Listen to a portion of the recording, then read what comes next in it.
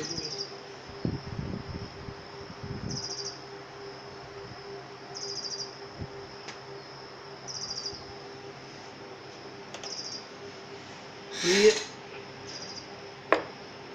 चिकित्सक बंधु, RMP doctors, अनुभवी चिकित्सक, स्वास्थ्य कार्यकर्ता और चिकित्सा व्यवसाय से जुड़े सभी सम्मानित, योग्य, अनुभवी, वेल क्वालिफाइड सभी डॉक्टर्स को हमारा मॉर्निंग प्रणाम।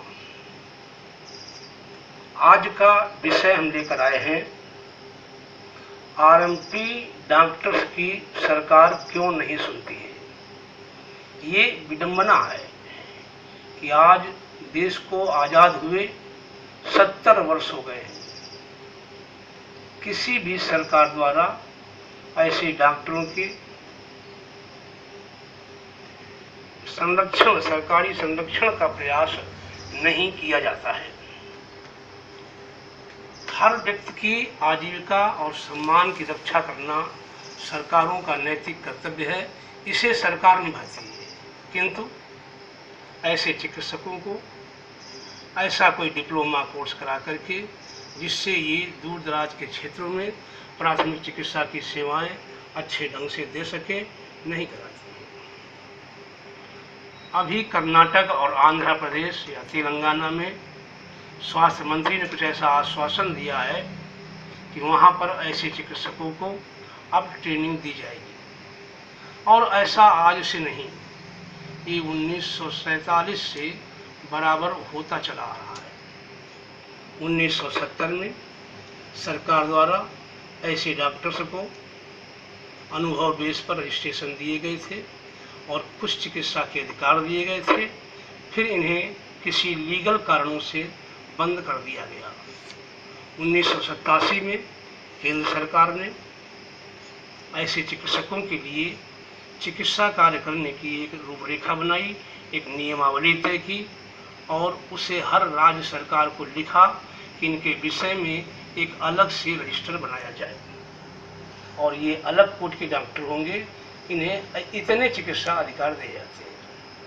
किंतु वो भी वही स्थिति हुई, कानून की पेचीदगियों, दांव पेच के दौर में वो भी मामला जहां का तहां पेंडिंग पड़ा हुआ है।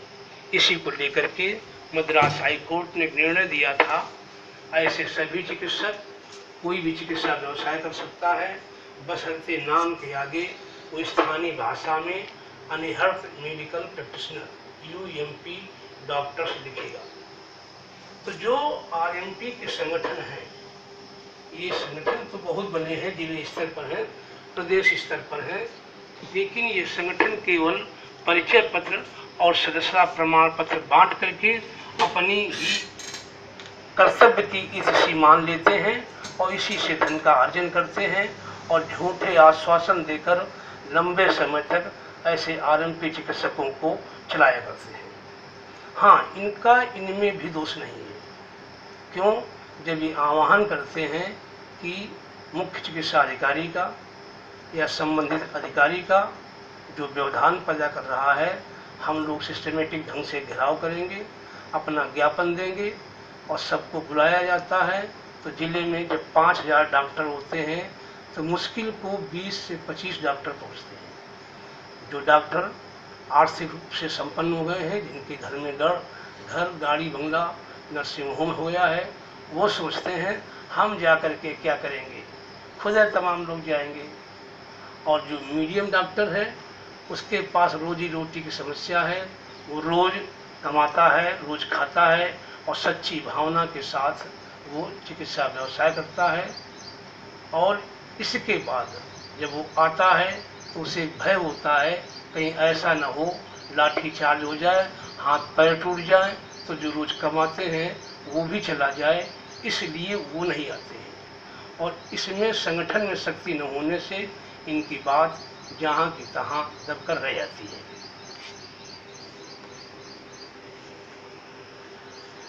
आरएमपी डॉक्टर्स हड़ताल नहीं कर सकते क्योंकि संगठनों में एक जुटता नहीं होती है। हड़ताल के आह्वान पर आरएमपी डॉक्टर्स नहीं आते क्योंकि डॉक्टर्स अवसर परिवारों से होते हैं और समाज की सेवा, ईश्वरी निष्ठा इनमें कूट कूट कर भरी होती है, तो ये हड़ताल में शामिल नहीं होते हैं। हड़ताल में शामिल होने से भूल बदल अगर लाठी चार्ज होता है तो हाथ पैर टूट जाए तो जो रोज कमाते खाते हैं वो भी चला जाता है। और अब इस समय साथ साथ इस संस्था से कोर्स पास किए डॉक्टर्स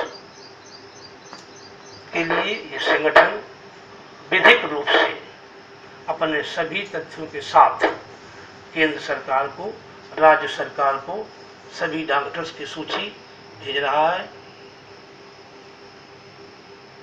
हम संगठन से लगातार आज से नहीं, वर्ष 1987 से बराबर सरकार के संपर्क में रहते हैं।